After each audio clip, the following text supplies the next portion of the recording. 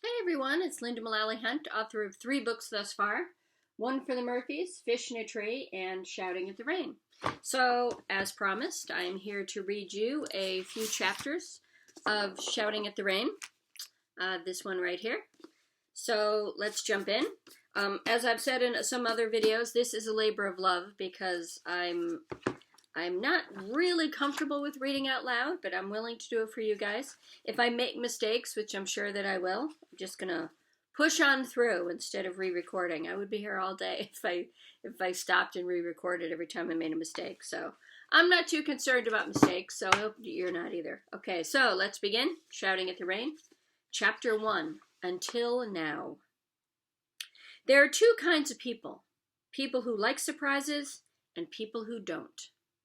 I don't. And yet here is Amy Pollock, my friend since 1st grade, marching through our front door like a summer crow. Delcy, I've the best surprise. Uh-oh. So, she begins, you know that Michael and I tried out for the summer production at the Cape Playhouse, right? Yeah, I ask. Michael got a great part, but I got the lead. The lead, can you believe it? Then she goes dead serious. Wait, autographs. Do you think people will actually ask for them? I think we'll have to get a red carpet leading up to your front door. This is no joke, she leans forward a bit. Do you know how many famous people started acting at the Playhouse? I think you've mentioned it, I say, smiling. After one giant step, she stands right in front of me. I really need your help, though. My help? Why would you need my help? You know I'd rather hang glide in a hailstorm than be in a play. She shakes her head. I don't need you in the play, Delcy. I just need you to help me with my part. The play is Annie, she says wide-eyed. The Hard Knock Life Annie? The movie we watched, I ask. She rolls her eyes. It was a play long before it was a movie. Whatever, Ames. You know theater isn't my thing. Well, it's just that I really want to be... She waves her hand in the air like a magician. I want to be authentic. So, I don't understand how I can help. Wouldn't Michael be better with this? No, he can't help me. Not like you can. Michael has a family. I feel like I've tripped, but haven't hit the ground yet. Tell me, she says, what's it like, really like, to be an orphan? The ground seems to move. She leans in, talking and talking, something about me being lucky, while I stand there caught in between wanting to disappear and wanting to help her. I feel around for an answer to her question, but I have none. I've thought about my mother, of course. I've wondered where she went to, and where she's been. But I guess Amy is right. I was abandoned, and that does make me an orphan. But is it dumb to say that I've never really thought about it like that? Until now. Chapter 2. The best one yet. Grammy, I call, running down our stairs. Are you almost ready? She's in her work uniform, hanging over her jigsaw puzzle. She presses a piece in. I know you have ants in your pants because Brandy's back at Seaside, she says, standing. No ants in my pants, though. Another season of cleaning all those guest cottages. Her hand pats the side of my cheek. Now, run and get our lunches from the fridge. And don't forget our root beers. I'm to the kitchen and back in 3 seconds. Okay, let's go. We slide into the car. As always, she makes a cross on the dashboard with her finger, looks up through the windshield at the sky, and says a prayer for the car to start. When it does, she pats the dashboard again. That's a good darling. Starting for your old Bridget. She puts it in drive. Do you think it's weird I talk to the car? Only if you think it answers, I say. She coughs as she laughs. You hung the moon, you know that? That's one of Grammy's best compliments. At the first stop sign, she looks over at me. You're like a tick about ready to pop, she says. Excited to see Brandy, I know. I am so excited, but a tick ready to pop? Gross. No. Ew. I'll never understand how a girl who loves tornadoes and hurricanes and floods could be scared of a little tick. Well, the weather doesn't suck your blood, I say. expecting her to have a comeback, but she just shakes her head. She flips her turn signal. So you talked to Brandy yet? She and her family staying for the summer as usual? Yeah, she and her mom anyway.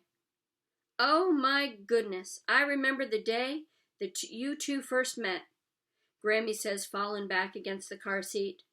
Her mom was sweet enough to watch you on a day I had no choice but to bring you along, and you and Brandy, as little as you were, sat side by side in one of those big Adirondack chairs. You've been like peanut butter and jelly ever since that day. I laugh. Grammy, who wants to be like peanut butter and jelly? That never ends well. For them, anyway. Grammy shakes her head again as she pulls into a parking spot, and I turn. Can I go? Yes, but for heaven's sake, look both ways. As soon as my foot hits the red sidewalk leading into Seaside, I hear Brandy. Dells, she calls, as she leaps from a picnic table. The place already reeks of sunscreen and burning charcoal, even though it's barely 9 o'clock in the morning. Summer has officially arrived. I race across the grass and we hug and jump around. Oh my gosh, how are you? She asks. I'm so happy to see you. Then she steps back. Wow, Dells, you got tall this year. I did? And then I notice that Brandy looks much older than me, with makeup, a purse, and the kinds of clothes you buy in little stores rather than big ones. I feel a little funny about my faded Boston Marathon t-shirt, even though it was the greatest tag sale find of summer last year.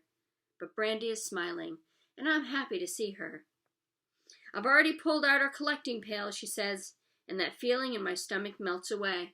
She's the old Brandy.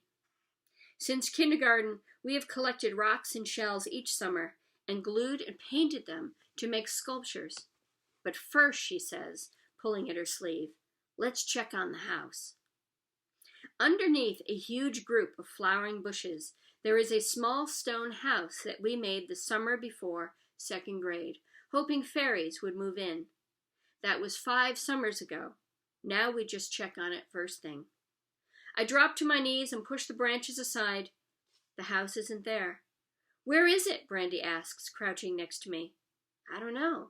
You think somebody took it? She laughs. Well, it wasn't a mobile home, so yeah. Unless the fairies finally showed up. She takes a step away. I crawl through nearby bushes looking for it. Come on, she says. Let's just head down to the beach. Don't you care, I ask?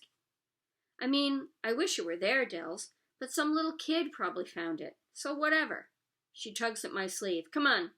Let's go down to the beach. I have a tan to work on. A tan? Since when does she care about having a tan? I follow, but the little voice that my neighbor Henry always warns me not to ignore, the one people hear in times of danger or when they're about to do something dumb, tells me a cold front is on the horizon. The air is shifting. I'm upset that the house is gone, but mostly I'm worried that Brandy couldn't care less. We grab the pails, and when she runs, I do too.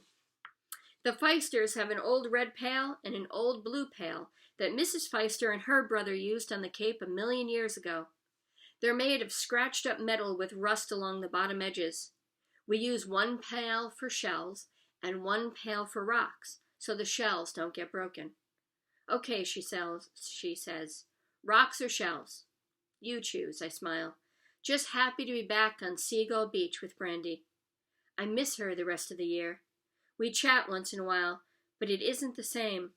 We can't wait until her mother and my Grammy let us have our own phones. Although I think I'm most excited about the app that tracks global lightning strikes. We spend the morning hanging out on the jetties, collecting things, and having a couple of splash fights with our feet. Finally, we get back to the picnic tables and spread everything out and talk about what sculptures we are going to make. Brandy sorts the rock by size. So don't you think this is, like babyish to do still? Not if we like it, I say. Yeah, I guess. And at least no one can see us. I look up at her. And so if they do, who cares? Yeah, I guess you're right, she says. But I know Brandy. Her mouth may agree, but her brain is thinking something totally different. Chapter 3, Madre Seal. Brandy's mom leans outside and calls to her, "Honey, we have to leave in a few minutes for our appointments."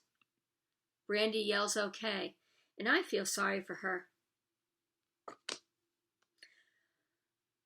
"Bummer," I say. "You going to the dentist or something?" She smiles. "No, my mom and I are getting mani-pedis."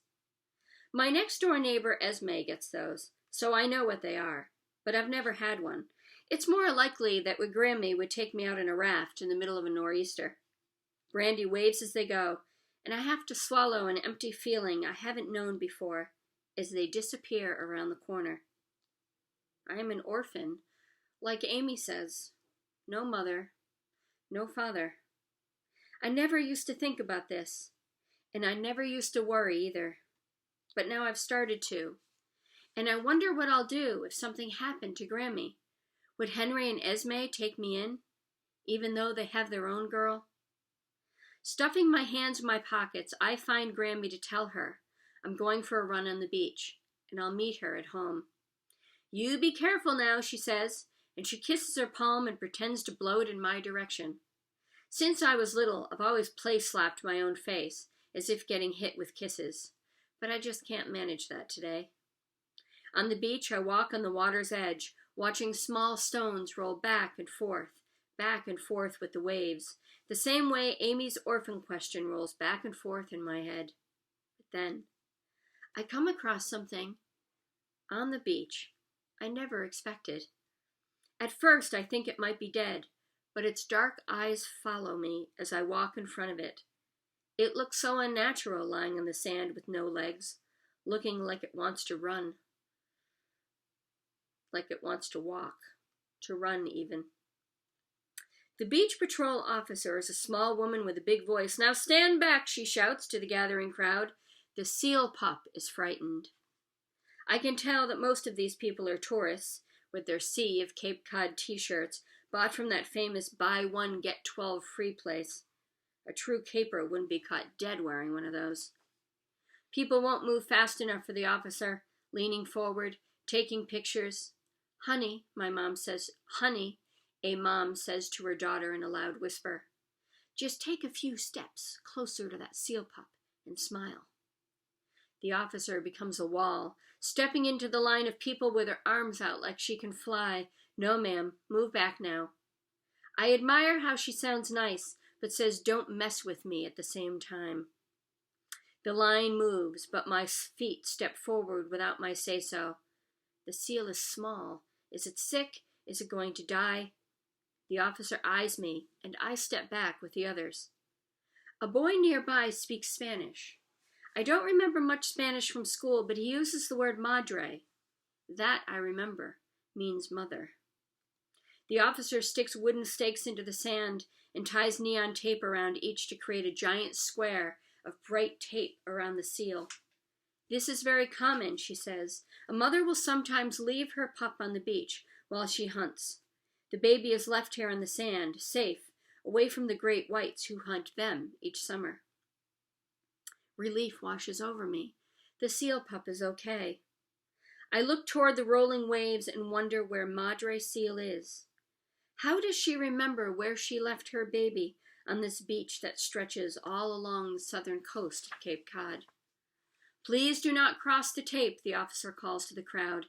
"If Mom sees people too close to her baby, she may leave her baby behind." My mind gets stuck on two words. Her baby. Not the baby, or a baby, but her baby. The officer turns and seems to speak only to me. "But don't worry, the mom always comes back." I look toward the ocean. If only that were true. Time space. I walk down the beach away from all those people, because they make me feel squirrely. And all the way down Seagull Beach, I drag those thoughts of that abandoned pup. And I wonder if it wonders. The wet sand squishes up between my toes as I walk, but soon the quietness is interrupted by excited voices carried on the wind. I turn to see that the officer has moved everyone much farther away than the neon tape. All of the noise and pointing toward the ocean tells me there is something to see, so I sprint back, running where the water meets the sand. When I get close enough, I see what looks like a black ball floating in the water. The head of Madre Seal. The baby seal scurries toward the sea like a flat black inchworm under the neon tape toward the waves. In the water, Madre Seal swims back and forth, and I can feel her worry about all these people near her baby, but still, she is there, and I am surprised at how relieved I am to see her. As the baby hits the water, Madre Seal leaps and dives, and then the most surprising thing happens. I start to cry. Not the kind of cry that you can squelch and swallow, but the kind where your whole body knows how you feel. And it's right then that I realize that when people say you can't miss something you've never known, well, that simply isn't true. So thank you all for listening. That's the first 3 chapters of Shouting at the Rain, and I hope you enjoyed it. Hope you're all staying healthy. Hope you're taking care of each other, and hopefully we'll see each other in person one day soon. Okay, take care, everyone. Bye-bye.